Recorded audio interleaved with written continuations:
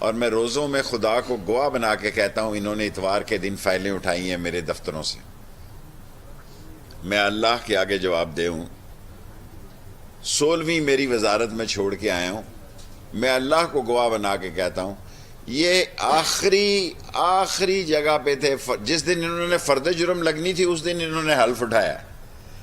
دنیا میں عجیب ملک دیکھیں کہ جس ملک پر پرائم منسٹر پہ فرد جرم لگنی تھی اس کے بیٹے پہ فرد جرم لگنی تھی، راتوں رات انہوں نے فائلیں اٹھائی ہیں اور اس دن انہوں نے حلف اٹھایا ہے۔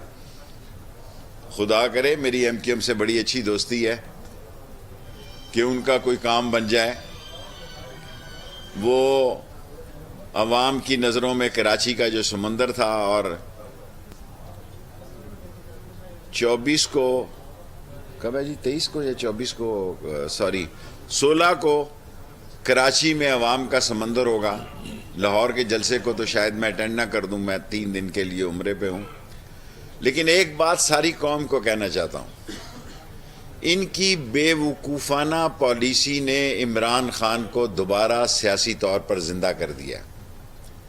میں نے لال حویلی کے آگے جو جلسہ کیا ہے وہ میری زندگی میں بغیر کسی کو بلائے اتنا بڑا جلسہ نہیں ہوا، اور کبھی میری لال حویلی میں فیملیز نہیں آئیں۔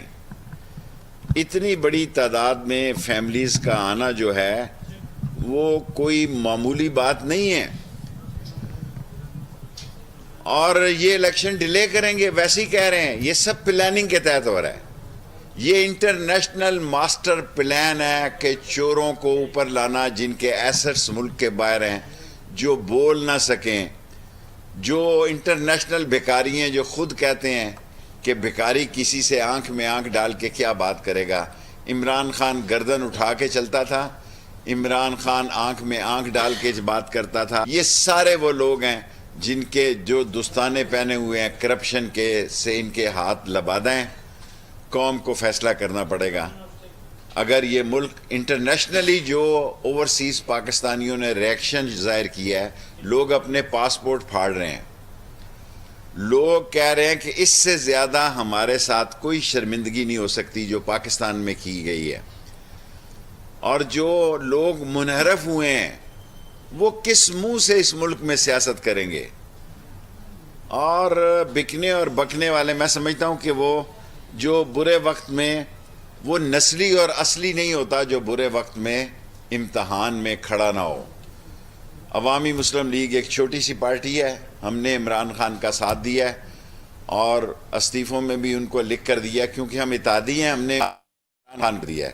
جس دن استعفے سب سے پہلے شیخ رشید کا ہوگا۔ لیکن میں ایک بات میں تمام لوگوں کو کہنا چاہتا ہوں، مائیں، بیٹے، بیٹیاں اور بیویاں سب رنجیدہ ہیں، اور یہ تبدیلی اللہ کی طرف سے پیدا ہوئی ہے۔ یقیناً یہ لوگ عمران خان کو مروا بھی سکتے ہیں، انٹرنیشنل طاقتیں عمران خان کی جان لے سکتی ہیں، جیل میں ڈالنا تو معمولی بات ہے۔ 7 سال ہم نے جیل کاٹی ہوئی ہے، کوئی کسی نے ہم سے زیادہ ختم نبوت سے لے کے اور حل کے نشان سے لے کے اور 6 نومبر 1968 سے ایوب خان سے لے کے کسی نے زیادہ جیلیں نہیں کاٹی۔ لیکن میں آج پشاور میں یہ کہنا چاہتا ہوں کہ عمران خان کی جان کو بھی خطرہ ہے۔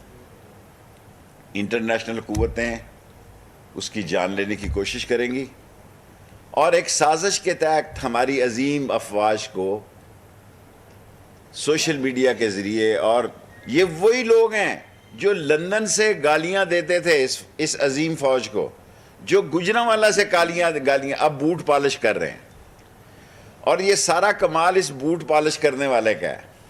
سعودی عرب سے بھی یہ بوٹ پالش کرنے والے نے کارروائی ڈالی تھی، اور یہ موجودہ کارروائی بھی بوٹ پالش کرنے والے نے ڈالی ہے۔